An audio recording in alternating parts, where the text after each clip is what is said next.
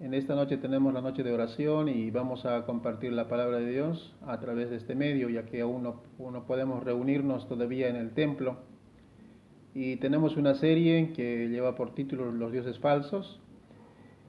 Quiero empezar diciendo, hermanos, lo siguiente. Todos tenemos deseos, anhelos en el corazón. No sé cuál sea tu deseo en esta noche o en estos días.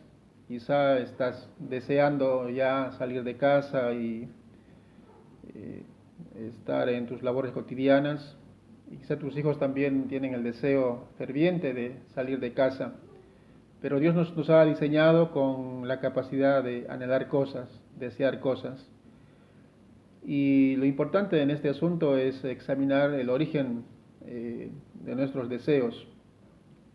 Nuestros deseos pueden también ser idólatras, o también nuestros deseos pueden estar bien centrados en Dios. El hombre fue creado por Dios para desear a Dios. Eso nos cuenta el libro de Génesis en los primeros capítulos, capítulo 1 y 2. El hombre fue hecho con la naturaleza de desear, anhelar y también con necesidades. Dios ha hecho al ser humano con capacidades físicas, con capacidades mentales, pero también con capacidades espirituales. Y eso le permite a Dios tener comunión con Él, una comunión con su Creador.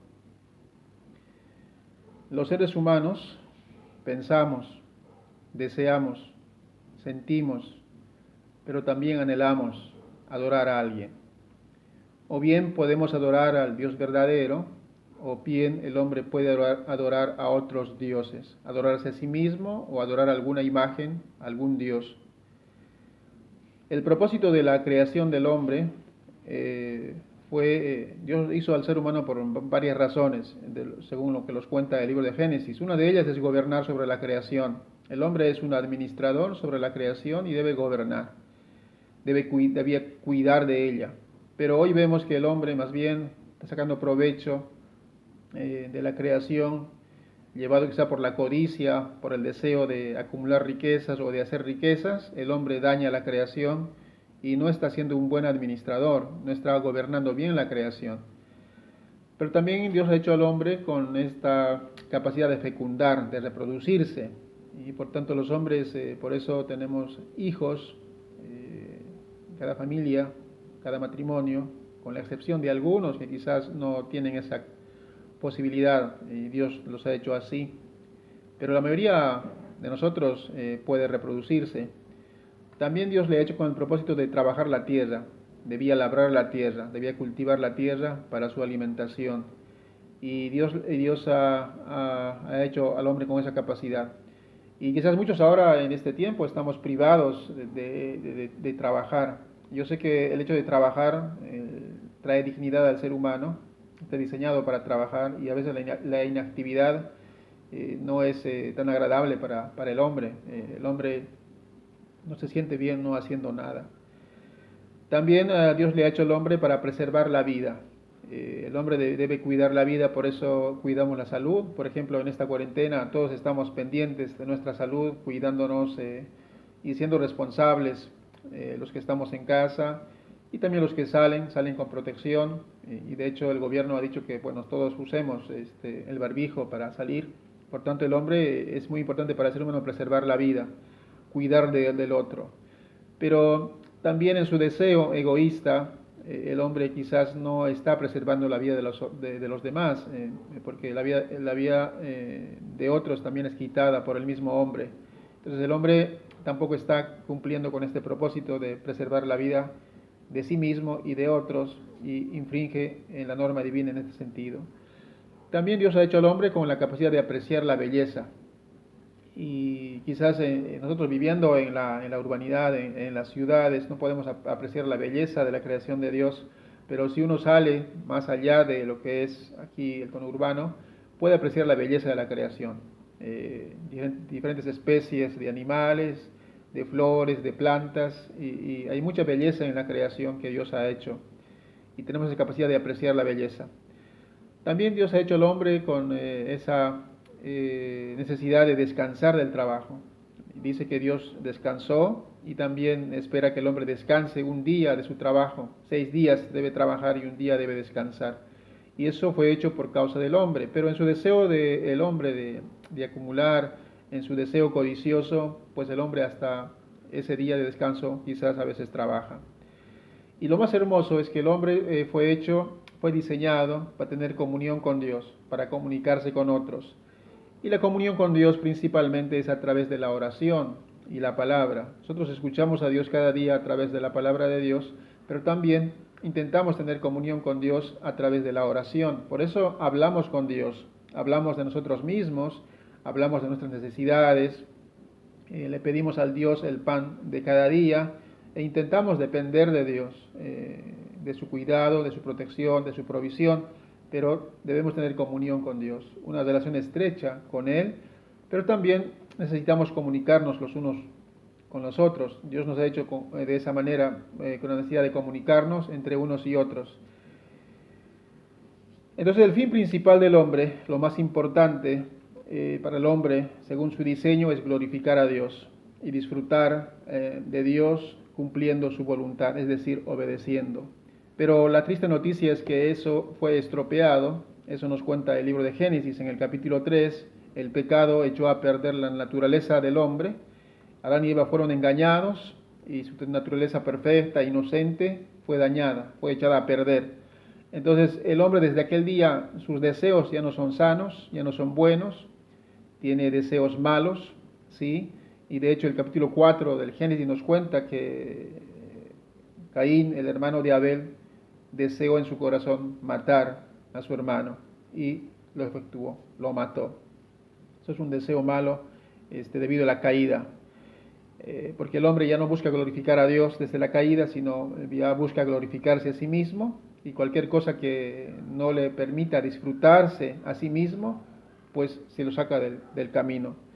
Entonces, hombres y mujeres hoy fracasan, ¿sí? Buscando quizás como fuente de verdadera felicidad en otras cosas, menos en Dios, en los placeres, en la acumulación de riquezas, en la compra de cosas, pero el hombre busca felicidad de alguna manera, pero quizás no lo busca en Dios, sino en otras cosas. El corazón del hombre está deformado, es decir, la mente del hombre, las emociones, su voluntad están corrompidos, son perversos y malvados del hombre natural. Una radiografía interesante nos da el capítulo 6, versículo 5 del Génesis, donde dice, y vio Jehová que la maldad de los hombres era mucha.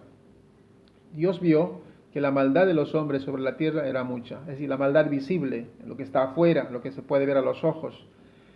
Y también, si pensamos nosotros un poco en este asunto de la maldad, ¿sí? De las acciones que no benefician a nadie, sino que hacen daño a otros, son muchas en nuestro medio.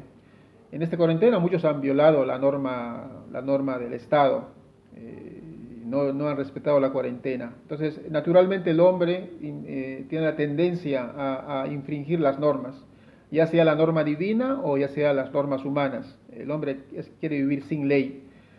Y así era en aquel tiempo, era mucha la maldad en la tierra, y dice también, no solamente lo visible, sino también el corazón. Y dice, todo designio de los pensamientos del corazón de ellos era continuamente solamente el mal, de continuo solamente el mal. Por tanto, mis amados hermanos, debemos preguntarnos nosotros en esta noche, ¿cómo están nuestras acciones externas? ¿Y cómo son nuestros pensamientos internos, los del corazón? ¿Hay acaso alguna cosa mala en nosotros, algún deseo malo que no agrade a Dios? Ya que dice la Biblia que es engañoso el corazón, más que todas las cosas, perverso, ¿quién lo conocerá?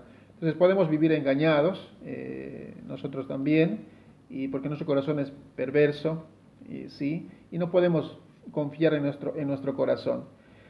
Y de hecho Jesús dijo que de la abundancia del corazón habla la boca. Es decir, nosotros exteriorizamos lo que hay aquí adentro. Entonces es muy importante que nosotros pensemos qué tenemos en el corazón, qué tenemos en nuestra mente.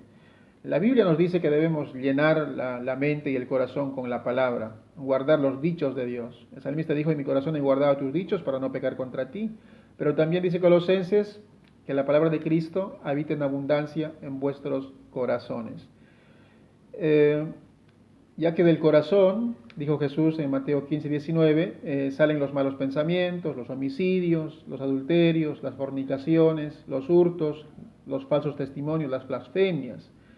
De ese corazón corrompido, de ese corazón perverso que el hombre tiene, que el hombre natural tiene, salen estas cosas, los malos pensamientos. Por tanto, sería bueno revisar esta noche, hermanos amados, revisemos juntos cuáles son nuestros pensamientos. ¿Son buenos nuestros pensamientos o son malos nuestros pensamientos? Muy importante la manera de pensar. ¿Cómo pensamos? ¿Cómo estamos pensando en medio de esta pandemia? ¿Cuáles son nuestros pensamientos? ¿En qué estamos pensando? También los homicidios, los adulterios, las fornicaciones, los hurtos, los falsos testimonios, las blasfemias, es decir, la fuente, esa fuente dañada, ¿sí? El corazón, es la fuente donde fluye todos estos pecados. Y es decir, han dejado de estar centrados en Dios, ya no buscan glorificar a Dios, sino están centrados en sí mismos. Por eso hay homicidios, por eso hay adulterios, hay personas que codician la mujer de otro y caen en adulterio. Hay gente llevada por la lujuria que se acuesta fácilmente con una mujer o con un hombre. Hay gente que toma las cosas de otros, es el hurto, tomando las cosas de otros. Hay gente que comete homicidios, ¿sí? Pero todo tiene que ver porque el hombre ya no vive glorificando a Dios, sino vive centrado en sí mismo, de manera egoísta.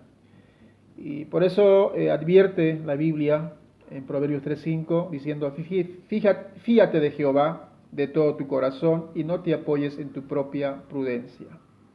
No podemos apoyarnos en nuestra propia sabiduría, no podemos apoyarnos en nuestros propios pensamientos. Debemos confiar en Dios, fiarnos de Dios, de todo nuestro corazón y vivir buscando hacer la voluntad de Dios. Y la Biblia habla muy largo acerca de este asunto del deseo, del anhelo que hay en nuestro corazón. Y pueden haber deseos positivos, pero también deseos negativos. Por ejemplo, Lucas 22:15 dice, y les dijo, cuánto he deseado comer con vosotros esta Pascua antes que padezca. Es un deseo bueno, el deseo de Jesús. Jesús dijo aquella última noche que había deseado mucho. Esa palabra es una palabra griega que significa o que denota un intenso deseo de cualquier tipo. Es decir, intensamente había deseado Jesús comer con ellos aquella Pascua, aquella última Pascua, junto a sus discípulos. Filipenses 1:23 dice, porque de ambas cosas estoy puesto en estrecho, teniendo deseo de partir y estar con Cristo, lo cual es muchísimo mejor. Tenía un deseo ferviente por partir de este mundo, el apóstol Pablo, y estar con Cristo, y lo cual él dice que es muchísimo mejor. Quizás muchos tienen ese deseo ferviente en este tiempo, ese deseo ardiente de estar con Cristo, ¿no? Porque hay muchos males en este mundo, muchas dificultades, muchos problemas, mucho dolor, mucha angustia. Pero generalmente la Biblia usa esta palabra deseo de una manera negativa. Hay muchos ejemplos de esto, y la palabra son concupiscencia, codicia, deseos de la carne, lujuria, que motivan el comportamiento pecaminoso del ser humano. Dice Marcos 4:15, sino que cada uno es tentado, Santiago, mejor dicho, Santiago 2, sino que cada uno es tentado cuando de su propia concupiscencia es atraído y seducido. Santiago 1:8. Romanos 6:12 dice, no reine pues el pecado en vuestro cuerpo mortal, de modo que lo obedezcáis en sus concupiscencias. Romanos 13:14, sino vestidos del Señor Jesucristo y no proveáis por los deseos de la carne. Efesios 2:3, entre los cuales también todos vosotros vivimos en otro tiempo en los deseos de vuestra carne, haciendo la voluntad de la carne y los deseos y de los pensamientos, y éramos por naturaleza hijos de ira, lo mismo que los demás. 4:22 de Efesios 4:22, en cuanto a la pasada manera de vivir, despojaos del viejo hombre que está viciado conforme a los deseos engañosos. Entonces, aquí la Biblia nos advierte a despojarnos de los deseos engañosos, de ese viejo hombre que está viciado conforme a los deseos engañosos, concupiscencia, deseos de la carne. Y también, como dice Santiago, que esa concupiscencia, ese deseo malo que se despierta en nosotros, a veces nos atrae, nos seduce y nos conduce a pecar. Pero dice la Biblia que debemos despojarnos de esos deseos que no son agradables delante de Dios. Santiago 4.2 dice: codiciáis y no tenéis, matáis y ardéis de envidia y no podéis alcanzar, combatís y lucháis, pero no tenéis lo que deseáis, porque no pedís, pedís y no recibís, porque pedís mal para gastar en vuestros deleites. Por tanto, debemos examinar, mis amados hermanos, nuestros deseos. ¿Cuál es el origen de nuestros deseos? ¿Cuáles son las motivaciones de nuestros deseos? ¿Nuestros deseos están en conformidad con la voluntad de Dios? ¿Nuestros deseos nos llevan a glorificar a Dios? ¿O nuestros deseos más bien solamente satisfacen nuestros deseos egoístas? Porque 1 Juan, el capítulo 2, versículo 16 nos dice: porque todo lo que hay en el mundo, los deseos de la carne, los deseos de los ojos, la vanagloria de la vida, no provienen del Padre, sino del mundo. Y el mundo pasa y sus deseos, pero el que hace la voluntad de Dios permanece para siempre. Los deseos de la carne, los deseos de los ojos, la vanagloria de la vida, el mundo pasa y sus deseos. Y sin duda es así. Yo sé que mucha gente desea cosas, desea una casa, desea un auto, desea muchas cosas, pero debe preguntarse por qué desea esas cosas, o para qué lo desea, para qué lo quiere, para satisfacer sus deseos egoístas o para glorificar a Dios. Entonces necesitamos revisar nuestros deseos, nuestros afectos, nuestros anhelos, nuestros deseos, nuestros sentimientos, porque esos deseos y anhelos que tenemos en el corazón, que son deseos bastante fuertes, sí, originan y canalizan nuestra adoración. Es decir, es la fuerza impulsora detrás de todo lo que hacemos. Por eso es muy importante revisar nuestros deseos, para que no hagamos un ídolo de ese deseo, porque el pecado ha dañado, como dijimos, y ha distorsionado el diseño inicial de Dios. Quiero terminar esta noche con ejemplos en la Biblia de cómo dos personas manejaron de manera distinta sus deseos. Uno con un deseo idólatra y el otro con un deseo de agradar a Dios, de glorificar a Dios. Raquel es el primer ejemplo. Capítulo 30, versículo 1 al 3 del Génesis, dice: viendo Raquel que no daba hijos a Jacob, tuvo envidia de su hermana. Su corazón era malo, había envidia en su corazón de su propia hermana, de su hermana Lea, porque no podía concebir, no podía tener hijos. Y decía a Jacob: dame hijos, o si no me muero. Y Jacob se enojó contra Raquel y dijo: ¿soy yo acaso Dios que te impidió el fruto de tu vientre? Una pregunta muy interesante de parte de este esposo. ¿Soy yo acaso Dios que te impidió el fruto de tu vientre? Y ella dijo: he aquí que mi sierva Bila, llégate a ella y dará a luz sobre mis rodillas, y yo también tendré hijos de ella. Y se acordó Dios de Raquel, dice el versículo 22. Pero aquí el asunto es que ella quería tener hijos, tenía un deseo codicioso de tener hijos, de tener más y más hijos. Y si uno lee el capítulo 30 del Génesis, el capítulo 29 y 30, se da cuenta que es como una competencia, esto de tener hijos. ¿Quién tiene más hijos? Lea dice que era despreciada, según la Biblia, pero aunque fue despreciada, menospreciada, Dios le dio la capacidad, la facultad de tener hijos, y podía tener hijos. Pero sin embargo Raquel no podía, porque era estéril, y eso despertó envidia en su corazón, y maltrataba a su propia hermana, la despreciaba, la menospreciaba. Pero más tarde, en el versículo 22, de ese mismo capítulo 30, dice: y se acordó Dios de Raquel, y la oyó Dios, y le concedió hijos. Probablemente se acordó Dios de Raquel y le oyó y le concedió hijos. Es decir, ella oró, rogó a Dios por eso. Y probablemente es cuando se humilló, cuando ya dejó de lado a su hermana y se concentró en Dios, porque su esposo le dijo, ¿yo soy acaso Dios que te impidió el fruto de tu vientre? Después de haberse ella humillado, dice que Dios la oyó, pero ella oró y Dios le concedió hijos, y concibió y dio a luz un hijo, y dijo, Dios ha quitado mi afrenta, y llamó su nombre José, diciendo, añádame Jehová otro hijo. Bueno, la Biblia nos dice que también Dios le dio otro hijo, ese otro hijo es Benjamín, pero muy importante esto, revisar el deseo de nuestro corazón. Probablemente puede haber un deseo codicioso de tener más. Aquí en este caso Raquel quería tener más hijos, casi hizo un ídolo de su deseo, un deseo idólatra, un deseo no sano, pero sin embargo se humilló. Y cuando se humilló, dice la Biblia que Dios la oyó y cambió su motivación. El segundo ejemplo es Ana. Dice el capítulo 1 de 1 Samuel, el primer libro de Samuel, el versículo 2, y tenía él 2 mujeres, Elcana. El nombre de una era Ana y el de la otra Penina, y Penina tenía hijos, mas Ana no los tenía.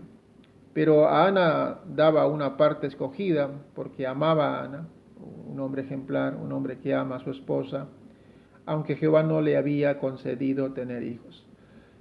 Una lección tan importante aquí, hermanos. El hecho de que uno tenga hijos o no es la voluntad de Dios. Jehová concede a unos tener hijos y a otros no tenerlos.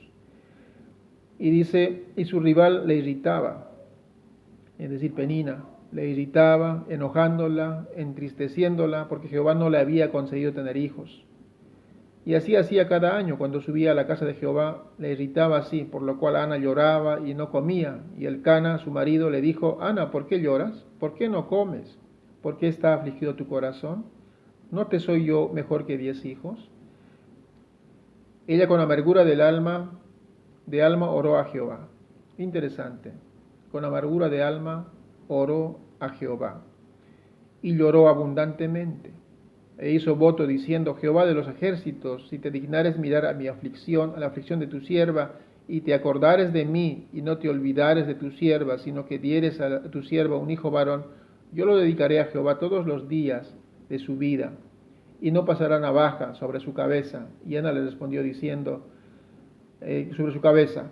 Más tarde en el versículo 15, cuando el profeta Elí está mirando que esta mujer anda llorando y llorando profundamente, y él pensaba que quizás estaba ebria, pero ella responde y dice, Ana le respondió diciendo, no, Señor mío, es lo que le dijo al profeta Elí, yo soy una mujer atribulada en espíritu, no he bebido vino ni sidra, sino que he derramado mi alma delante de Jehová. Quiero animarles, mis amados hermanos, cualquiera sea nuestra situación, cualquiera sea nuestra necesidad, ¿cuál es tu deseo? El deseo más grande que tienes en este momento. ¿Es un deseo sano o es un deseo malo? ¿Qué deseos se despiertan en tu corazón? ¿Son deseos que glorifican a Dios o son deseos totalmente egoístas que solamente buscan satisfacer? Deseos egoístas. Ana dice que derramó su alma delante del Señor. ¿Dónde estaba centrado su deseo? Su deseo sin duda estaba centrado en el Señor. Se comprometió a entregar el deseo de su corazón a Dios. Si Dios le concedía un hijo, él iba a entregar a ese hijo a su servicio. Ana tenía un deseo intenso y era un deseo bueno. Anhelaba un hijo para amarlo, para educarlo, pero no para sí misma, sino para amarlo y educarlo para el Señor, consagrarlo a Él. Ana encontró la verdadera fuente de su gozo. Y ese gozo se encontraba en el Señor. Quería un hijo que pudiera criar ella para que ese hijo pueda glorificar a Dios y servir a su Dios. Israel se encontraba en un momento oscuro, en un momento difícil, espiritualmente hablando. En la época más oscura del pueblo de Israel fue el tiempo de los jueces. anarquía completa. Cada uno hacía lo que bien le parecía. Mucha gente vivía apartado, lejos de Dios, buscando satisfacer sus propios deseos, siguiendo los impulsos de su carne, cometiendo muchos pecados. En ese tiempo, en ese contexto, también habían familias piadosas, y una de ellas es esta, del Cana, y el caso de Ana, una mujer que anhela, quizás al ver todo eso a su alrededor, tanto pecado, tanta maldad, tanta oscuridad espiritual, ella anhela un hijo, pero no para sí misma, sino ella anhelaba un hijo para que ese hijo pueda ser criado, educado para servir a Dios. Mis amados hermanos, debemos examinar nuestros deseos. ¿Cuáles son nuestros deseos? ¿Cuál es la motivación de esos deseos? ¿Y por qué deseamos tanto aquello que deseamos? El deseo que tenía le motivó a Ana a orar, derramar su alma delante de Dios. Le llevó a una adoración profunda, sincera. Ana sabía que su hijo era un regalo de Dios, por eso se lo consagró a él. Él era una respuesta, Samuel era una respuesta a su oración y le pertenecía a Dios, porque Dios se lo había dado. Y Ana respondió con agradecimiento, con fe. Por tanto, mis amados hermanos, nosotros debemos de cobrar los deseos santos, debemos de cobrar la adoración centrada en Dios, debemos de cobrar la restauración, la comunión con Dios, no solamente con Dios, sino también con los demás. Es lo que la Biblia espera que hagamos, que tengamos comunión con Dios, que tengamos comunión los unos con los otros. Concluyo, mis amados hermanos, con una sola pregunta. ¿Cuál es la fuente de tus deseos? ¿Cuál es la fuente de nuestros deseos? Nuestros deseos, hermanos, tienen el diseño de Dios. Dios nos ha diseñado así, con la capacidad de desear, de anhelar cosas. Pero hay deseos que son malos, deseos pecaminosos. Y hay deseos que son buenos, deseos del Espíritu. Y el pecado, como dijimos al principio, lo ha estropeado todo. Sin embargo, hay esperanza. El salmista, en el capítulo 73 del Salmo, 73:25, dice: ¿A quién tengo yo en los cielos sino a ti? Y fuera de ti, nada deseo en la tierra. Mi carne y mi corazón pueden desfallecer, pero Dios es la fortaleza de mi corazón y mi porción para siempre. Quiero dedicarte, mi hermano, eso en esta noche. ¿A quién tenemos nosotros en los cielos sino a Dios? Y fuera de Él, nada deseamos en la tierra. Si tú deseas otras cosas por encima de Dios, posiblemente tu vida no esté en orden, no esté enfocado. Dice: mi carne y mi corazón pueden desfallecer. De hecho, mis amados hermanos, nuestra carne, nuestro corazón, nuestros pensamientos pueden desfallecer, pero Dios es la fortaleza de nuestros corazones y Él es nuestra porción para siempre. Por tanto, si tenemos a Dios, es suficiente. Y quiero animarles en esta noche que podamos orar en esa dirección. Cristo vino a darnos vida abundante, pero Él no va a darnos esa vida abundante satisfaciendo deseos, si estamos viviendo satisfaciendo deseos pecaminosos. Debemos renunciar a lo oculto y vergonzoso. Debemos desechar la vestidura del viejo hombre y vestirnos del nuevo hombre. En Cristo estamos siendo transformados, estamos en un proceso de santificación, pero la idea es ser cada vez más semejantes a Cristo. Por tanto, mis amados hermanos, en esta noche debemos examinar cada uno de nosotros, a la luz de la palabra de Dios, nuestros deseos. Entregarle a Él todos nuestros deseos.